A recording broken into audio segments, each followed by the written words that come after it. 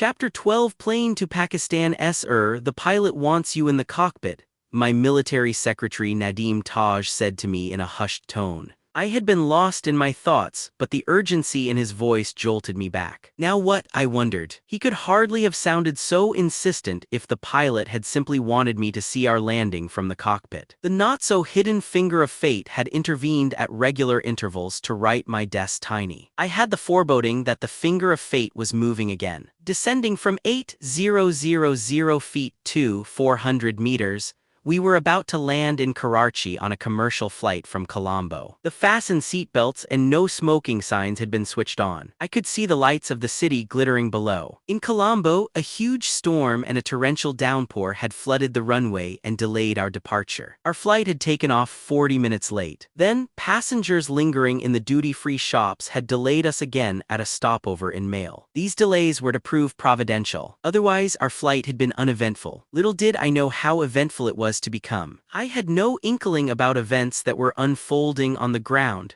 events that would change not only my destiny but also the destiny of my country. It was October 12, 1999. The time was 6:45 p.m. The flight was PK 805. The plane was an Airbus. There were 198 passengers on board, many of them schoolchildren. We were due to land in 10 minutes. After takeoff and dinner, some of the children had come up to my seat right at the front of the aircraft and had asked for my autograph 101-102 in the line of fire and taken photographs. I always enjoy meeting children, for their ideas are often new, and their way of looking at things is refreshingly different. They have few hang-ups and little of the cynicism that many adults have. Soon after, the cabin lights were dimmed and things settled down. The soothing hum of the big bird lulled people into contemplation or sleep. Saba, seated alongside me by the window, pulled down her eye shades and drifted off. As I've said, I was lost in my thoughts. All seemed well in the passenger cabin. It was peaceful. "Sir, the pilot wants you in the cockpit,"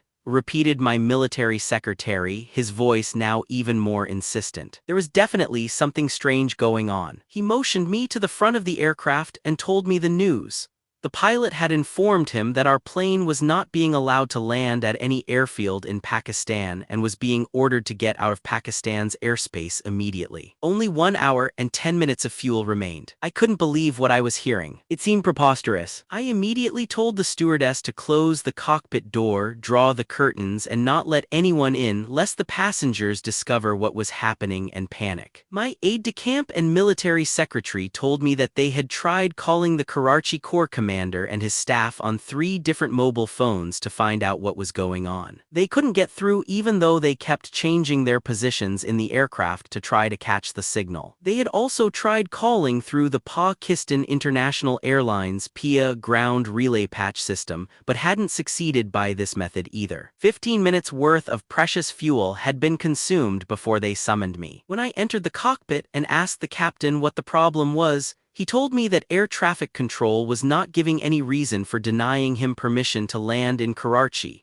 but was insistently ordering him to get out of Pakistan's airspace immediately and land anywhere abroad. "Sir, I think that it has something to do with you," he said, stating what now seemed fairly obvious. The pilot had in mind the history of tension between Pakistan's civilian governments and the military. Nevertheless, the pilot's statement came as a rude shock to me. I knew that he was right, but why would they not let a commercial flight land in Karachi or anywhere else in the country? I could only guess that plane to Pakistan 103 Prime Minister Sharif was moving against me. Whoever it was, he was endangering a lot of innocent lives. I was not to know the full story until the drama in the air was over. "We have hardly an hour's worth of fuel left," the pilot told me with a trace of desperation in his voice. I told him to ask air traffic control again why it was not permitting us to land, considering how little fuel we had. He did, and after about 4 or 5 minutes, during which time we kept flying to Karachi, the reply came,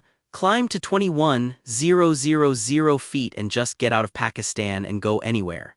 Again, the air traffic controller refused to give any reason. They did not care where we went. They even suggested that our pilot should ask his company, PIA, for instructions. It was ridiculous. What could the management of PIA have told him? Air traffic control suggested that we head to Bombay, Oman in Muscat, Abu Dhabi, or Bandar Abbas in Iran, just about anywhere except for some reason Dubai. The controllers also informed our pilot that they had directed all airports not to let our plane land anywhere in Pakistan. The whole thing seemed diabolical. Since India was the country closest to us, we would have no option but to go there, given our dangerously low fuel. This would put us in the hands of our most dangerous enemy, against whom we had fought 3 full-blown wars. It was unbelievable, an order of this kind coming from the Pakistani authorities to an aircraft of Pakistan's own national airline with Pakistan's army chief and chairman of the Joint Chiefs of Staff Committee on board. Air traffic control wouldn't dare do something so bizarre and treacherous without instructions from the highest level. I knew my army, and there was no question in my mind of a mutiny. Whatever else may have been going on, the army could never countenance sending its chief into Indian hands. It could only be the civilian side of the government. No one below the Prime Minister could give such a drastic order. Sacking an army chief is one thing, but hijacking his plane and sending it to India is, as I have said, diabolical. Amazingly, it had not occurred to Nawaz Sharif that his coup against the army would also be a great victory for India. I am still flabbergasted that it didn't cross his mind how repulsive and embarrassing it would be to deliver the chief of the Pakistan army, his army, into enemy hands. The people of Pakistan would have considered 104 in the line of fire it high treason. I now understood that we were on a collision course not only with the ground below, but also with the government of Prime Minister Nawaz Sharif. "Where can we go?" I asked the pilot. He said that he could go to either Ahmedabad in India or Oman,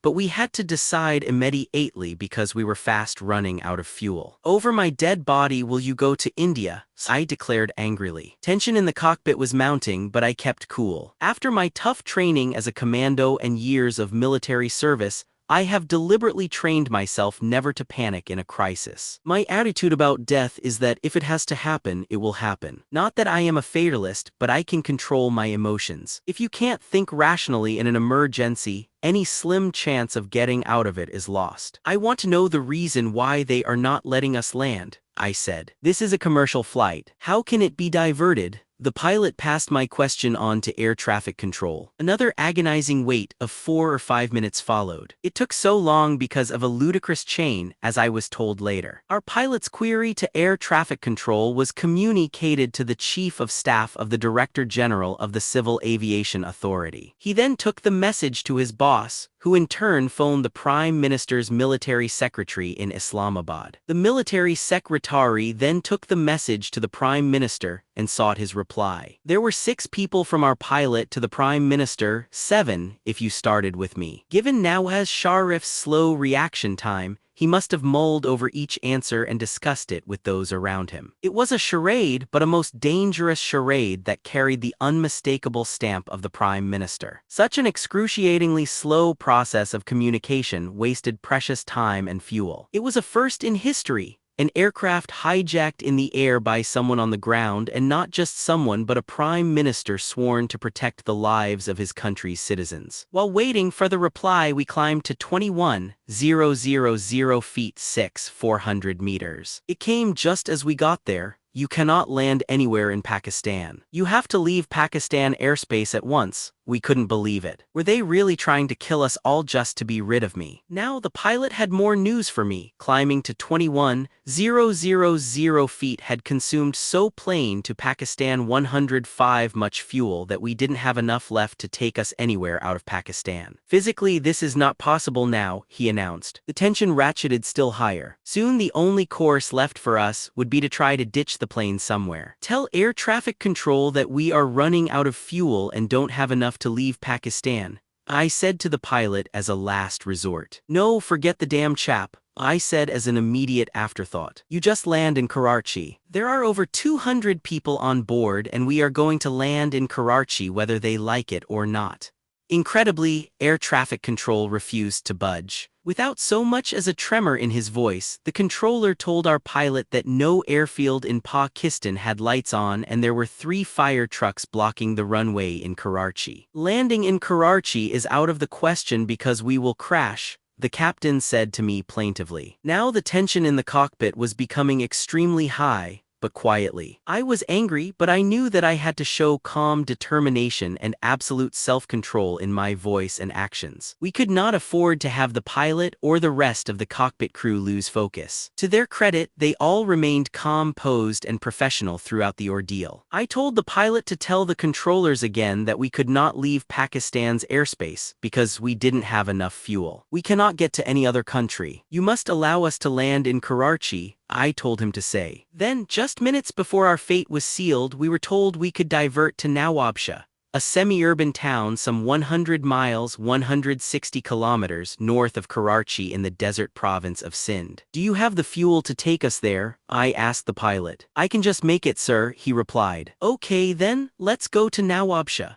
It was 7:30 in the evening, 45 minutes since I had been summoned, and we were about halfway to Nawabshah when the aircraft's radio crackled and a voice suddenly told our pilot to return to Karachi and land there. Our pilot was not sure if he could make it back to Karachi with the fuel remaining. He started calculating his fuel and worrying about whether he was doing the sums correctly. None of us was totally comfortable about this sudden change of mind. 106 in the line of fire, who had given the order to allow us to land in Karachi so unexpectedly. What had caused this last-minute change of heart? Danger was on the ground, but where? While we were still guessing what the motives might be and the pilot was feverishly doing his calculations, Major General Malik Iftikhar Ali Khan, the commander of an army division in Karachi, made radio contact with the aircraft. Tell the chief to come back and land in Karachi, he told the pilot. Everything is all right now.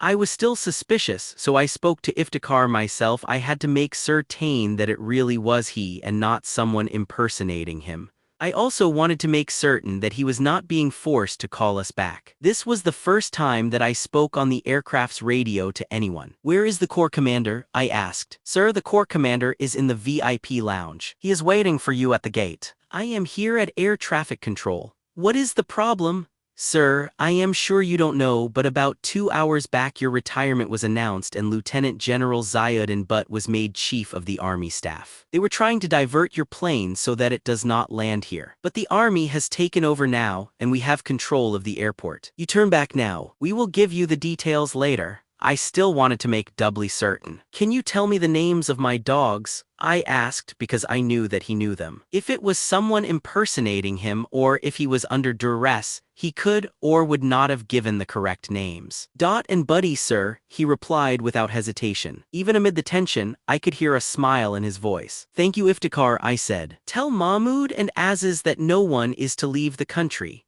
Mahmoud Ahmed was the commander of the 10th Corps in Rawalpindi and Mohammed Aziz Khan was the chief of general staff. Both were lieutenant generals. I turned to the pilot and asked him about the fuel situation. Can you take us back to Karachi? We are midway and can just make it. But sir, you have to make the decision fast. If there is turbulence along the way we might crash. Let's go back to Karachi then, I said. Plane to Pakistan 107, the next few minutes were agonizing, as you can imagine. A slight diversion, a wind shear, or any turbulence would have meant the end of our fuel and a crash. Everything depended on a smooth landing. I returned to my seat and found Saba in a state of quiet anxiety. She had seen an ashen-faced stewardess pass her by. As if she had seen a ghost, she told me. When my aide-de-camp offered me a cigarette and I took it, Saba knew that something was definitely amiss, because I don't normally smoke cigarettes, contrary to the impression conveyed by a film clip that was later aired by television stations all over the world showing me with a cigarette dangling from my lips and a pistol in my hand. I knew that we were not supposed to smoke, so I asked the lady sitting across the aisle whether she minded. She turned out to be the principal of the Karachi Grammar School, and she was kind and tall errant. I was handed a cup of tea which I literally gulped down, again something I don't normally do. Now Saba was convinced that whatever it was must be very, very serious. She turned to me and asked what had happened. I told her that we were not being allowed to land and were running out of fuel, all because I had been dismissed and Ziauddin had been made the chief obviously.